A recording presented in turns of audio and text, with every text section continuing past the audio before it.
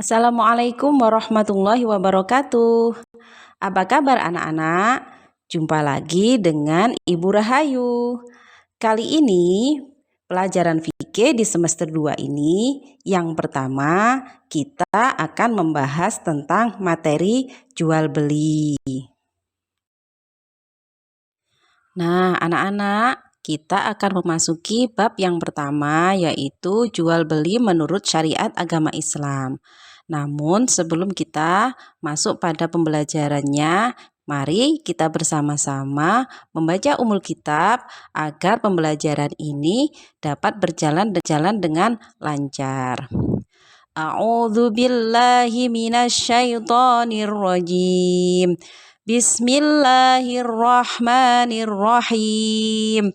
Alhamdulillahi rabbil alamin. Ar-Rahmanir-Rahim. Maliki yaumiddin. Iyyaka na'budu wa iyyaka nasta'in. Ihdinas shiratal mustaqim. Shiratal ladzina an'amta 'alaihim ghairil maghdubi alaihim waladdallin. Rabbighfirli wali walidayya walil mu'minina amin ya rabbal alamin. Oke, sebelum kita membahas tentang transaksi jual beli menurut syariat agama Islam, kita akan membahas dulu tentang pengertian dan hukum jual beli. Jual beli adalah menukar suatu barang dengan barang lain yang sepadan atau menukar barang dengan alat tukar yang sah dan memenuhi syarat dan rukun jual beli. Sedangkan hukum jual beli itu terbagi menjadi 4. Yang pertama adalah mubah. Mubah adalah merupakan hukum asal dari jual beli tersebut. Yang kedua, hukum jual beli adalah wajib. Contohnya apabila menjual merupakan keharusan, misal menjual barang untuk membayar hutang atau menjual barang untuk bertahan hidup. Yang ketiga, hukumnya adalah sunnah. Contohnya menjual barang kepada seseorang yang sangat dibutuhkan barangnya oleh orang yang membeli. Dan yang keempat, hukum jual beli adalah haram.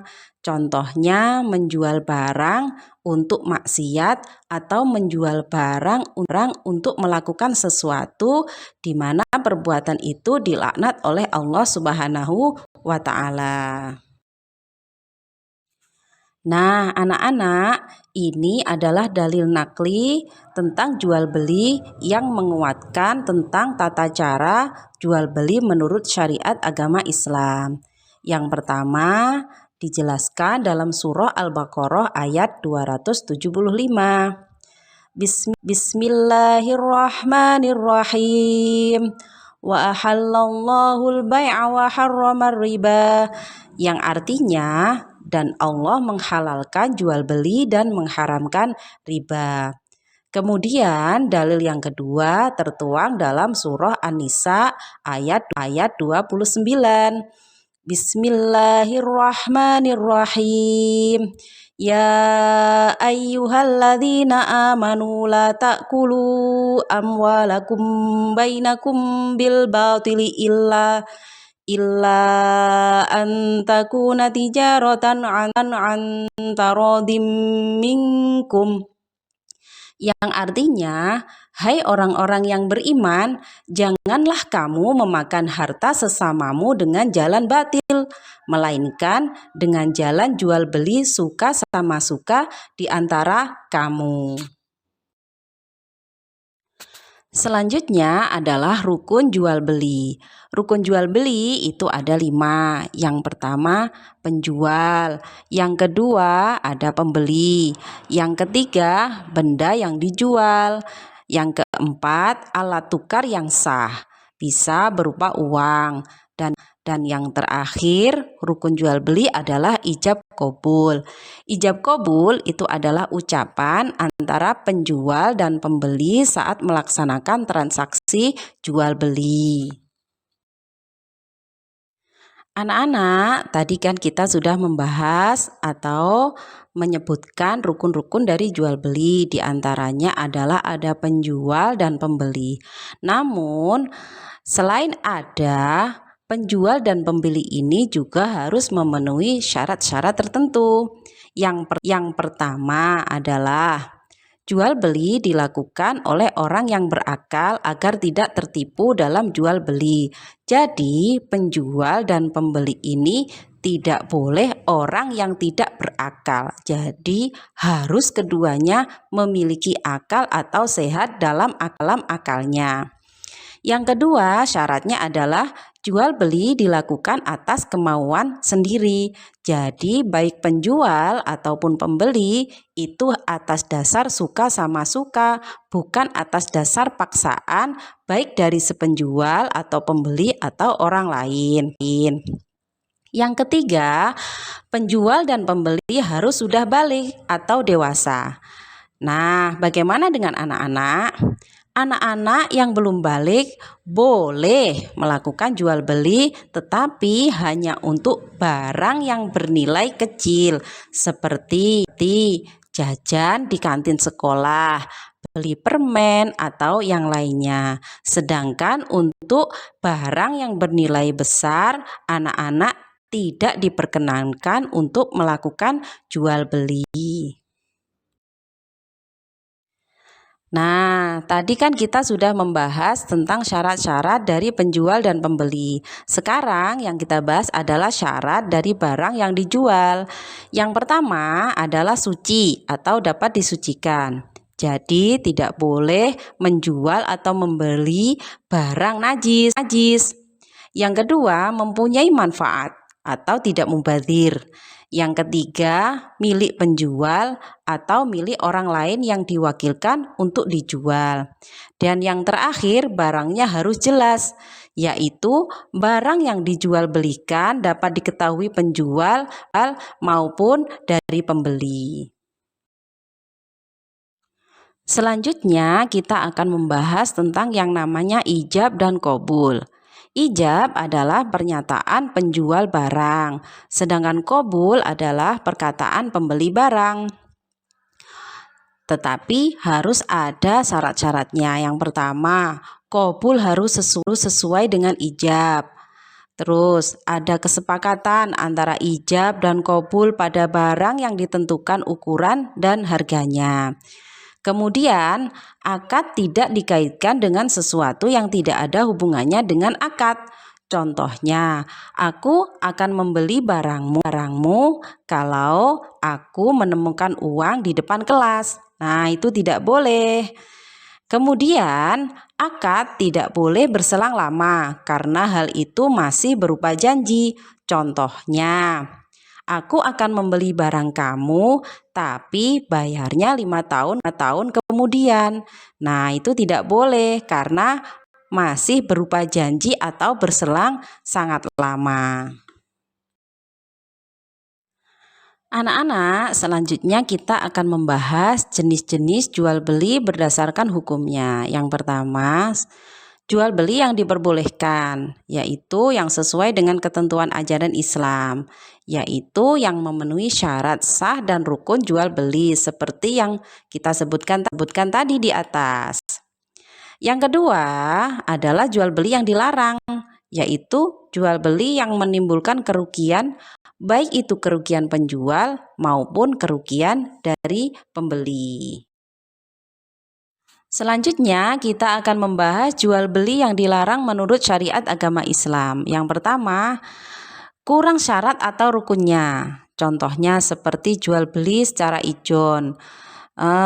Jual beli secara ijon ini contohnya menjual atau membeli buah yang masih ada di pohonnya dan belum diketahui matang atau masaknya buah tersebut. Sedangkan harganya sudah ditentukan dari awal. Jadi buah tersebut belum siap panen tetapi sudah dihargai dalam transaksi jual beli. Kemudian ada jual beli anak binatang yang masih dalam kandungan, atau menjual barang yang tidak diketahui ciri-cirinya, atau menjual barang najis. Nah, ini kan tidak sesuai dengan syarat dan rukunnya dari jual beli. Yang kedua, jual beli sah tapi dilarang oleh syariat agama Islam.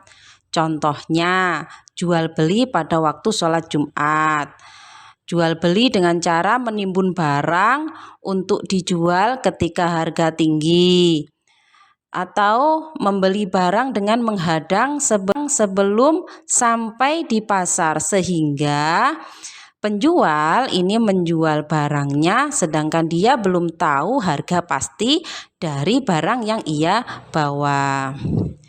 Atau membeli barang yang sudah ditawar oleh orang lain, kemudian menjual dengan cara menipu, contohnya mengurangi timbangan dan lain-lain. Atau menjual barang atau membeli barang untuk maksiat.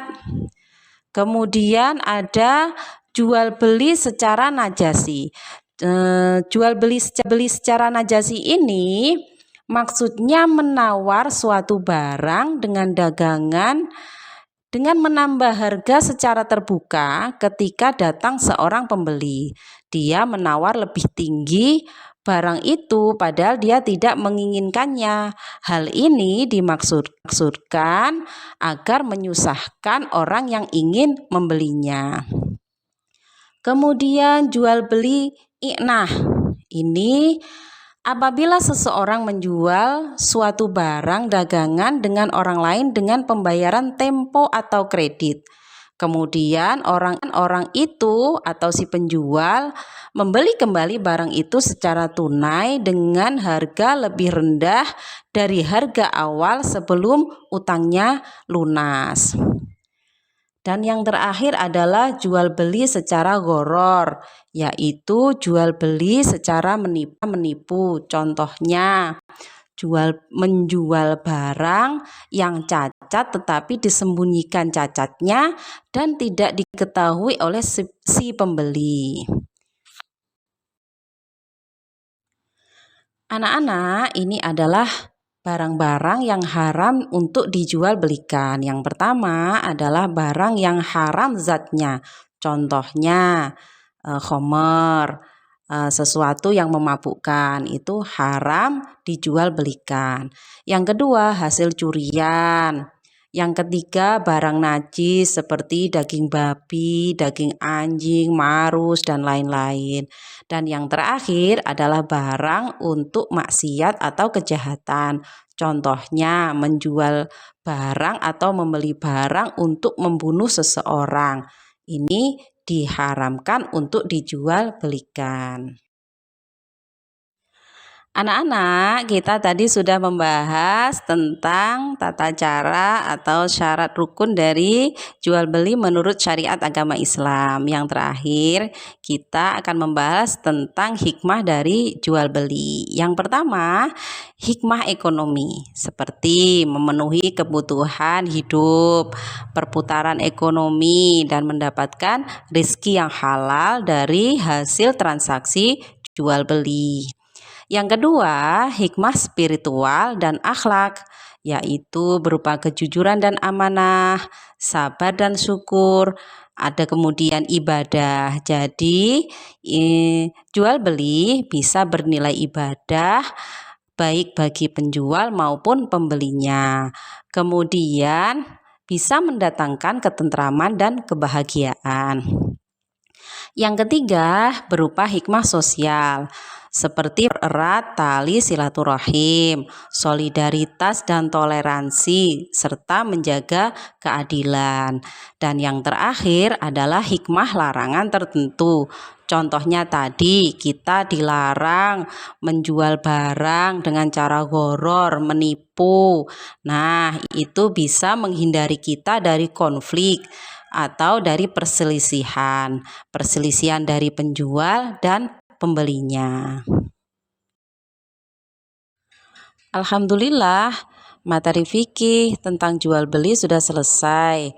Semoga kita mendapatkan manfaat dari materi yang sudah dibahas pada kali ini. Jangan lupa tetap semangat belajar. Wassalamualaikum warahmatullahi wabarakatuh.